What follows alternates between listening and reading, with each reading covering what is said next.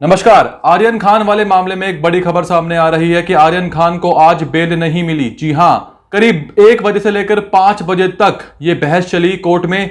मुंबई के session court में ये पूरी बहस हो रही थी, जिसमें आर्यन खान के वकील अमित देसाई, जी हां, पहले इस केस को सतीश मान शिंदे संभाल रहे थे, लेकिन अब अमित देसाई इस केस के ऊपर काम कर रहे हैं।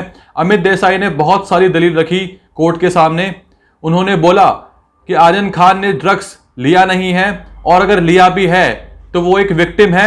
उन्होंने ड्रग्स को पोजेस नहीं किया, अपने पास नहीं रखा, किसी को बेचा नहीं है, और एज अ विक्टिम उनको सिंपैथी मिलनी चाहिए। वो बच्चे हैं और उनको सिंपैथी देकर छोड़ देना चाहिए, उनको बेल मिल जानी चाहिए।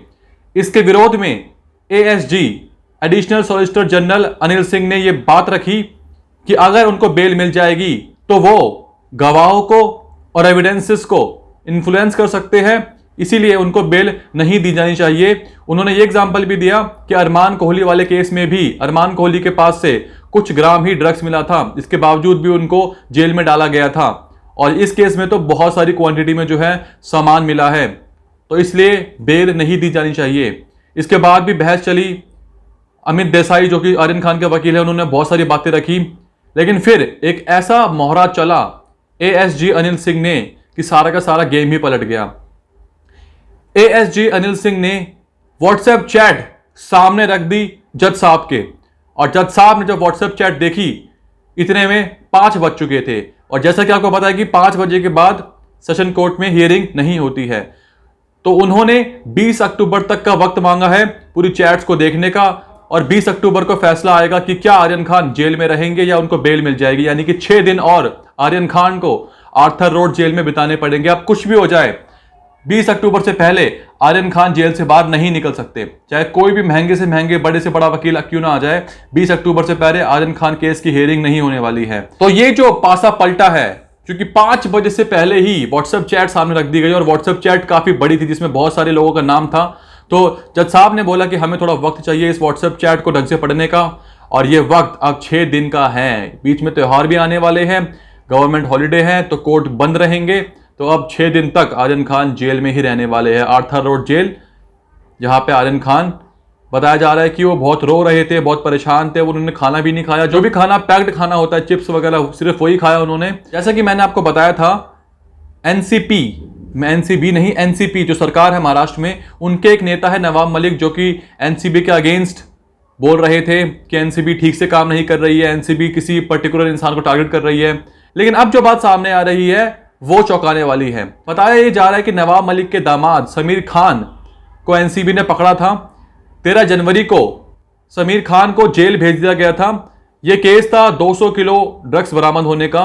इसी केस के अंतर्गत समीर खान और उनके बाकी 2 साथियों को एनसीबी ने पकड़ा और जेल में डाल दिया। इसके बाद ही नवाब मलिक, जो कि नेता है एनसीबी के, उन्होंने बोला कि NCB narcotics control bureau target कर रही है मुझे, और जो सेंट्रल गवर्नमेंट है उनकी तरफ से ये साजिश रची जा रही है हमें फंसाने की। इसी वजह से नवाब मलिक काफी ज्यादा अग्रेसिव नजर आ रहे हैं एनसीबी के अगेंस्ट, और उन्होंने ये बात बोली है कि मुझे एक एनसीबी के ऑफिसर की करतूतें मालूम है, बहुत जल्द मैं उस ऑफिसर को आपके सामने एक्सपोज करूंगा। तो यहां तो नेताजी एनसीबी के अगेंस्ट ही वो चले हैं, एनसीबी के अगेंस्ट ही बातें कर रहे हैं।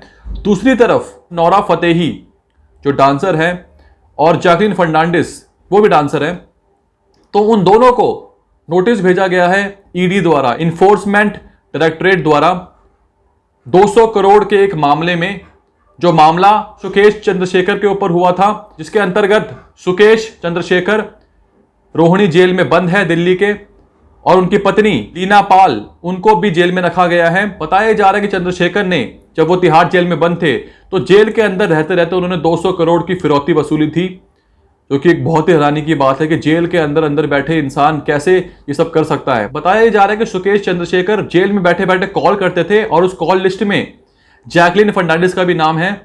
अब देखने वाली बात यह है कि क्या नोरा फतेही और जैकलिन फर्नांडिस विक्टिम हैं जिनका पैसा फिरौती के तौर पर इन्होंने लूटा है, या फिर बात कुछ और है। लेकिन जो पूरा मामला है चंद्रशेखर का, जो अभी खुद जेल में बंद है, उस 200 करोड़ की फिरौती के मामले में दिल्ली से ईडी ने समन भेजा है नोरा फतेही को और जैकलिन फर्नांडिस को। नोरा फतेही से आज पूछताछ चल रही है, और जैकलिन फर्नांडिस भी बहुत जल्द ईडी के ऑफिस आएंगी और उनसे भी पूछताछ होगी। बॉलीवुड का जो खराब फेस चल रहा है, जिसमें बहुत सारी बातें सामने आ रही है, बहुत सारे लोग एक्सपोज हो रहे हैं, चाहे वो एनसीबी द्वारा हो, चाहे ईडी द्वारा हो, सीबीआई तो खैर कुछ कर नहीं रही है।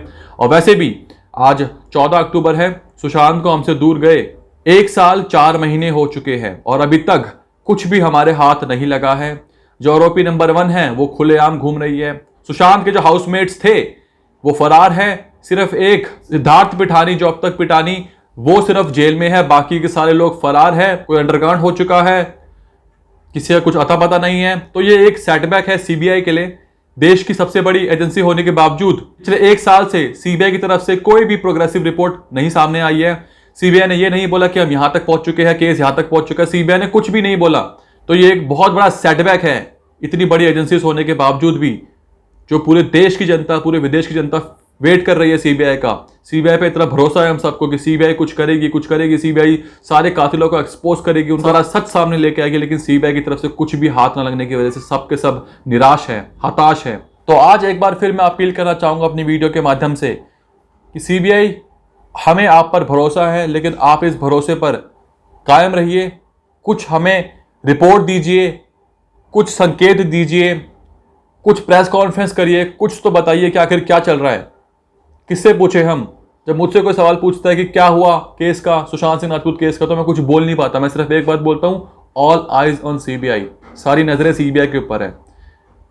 और क्या है हमारे पास? ये केस अब सीबीआई के पास जा चुका है।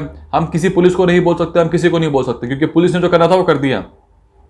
कुछ नहीं किया खैर पुलिस ने, बट अब सीबीआई से हमें उम्मीद है कि वो कुछ करेगी।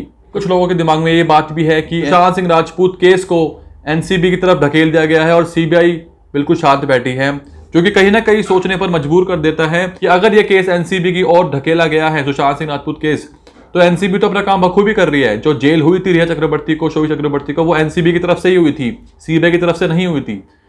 तो जहां एनसीबी ने अपना काम किया, बखूबी कर रही है, वहां सीबीआई से हम एक्सपेक्ट करते हैं कि सीबीआई कुछ करे, लेकिन सीबीआई कुछ नहीं कर रही है। उम्मीद है और उम्मीद पे दुनिया कायम है कि बहुत जल्द सीबीआई कुछ अपडेट सामने लेके आएगी और सुशांत सिंह राजपूत के कातिलों को सजा मिलेगी। इसी उम्मीद में इस वीडियो को मैं एंड कर रहा हूं। वीडियो पसंद आए तो वीडियो को लाइक कर देना। जो भी आपके थॉट्स होंगे वो कमेंट सेक्शन में ज़रूर बताना। तब तक के लिए जस्टिस फॉर सुशांत सिंह राजपूत।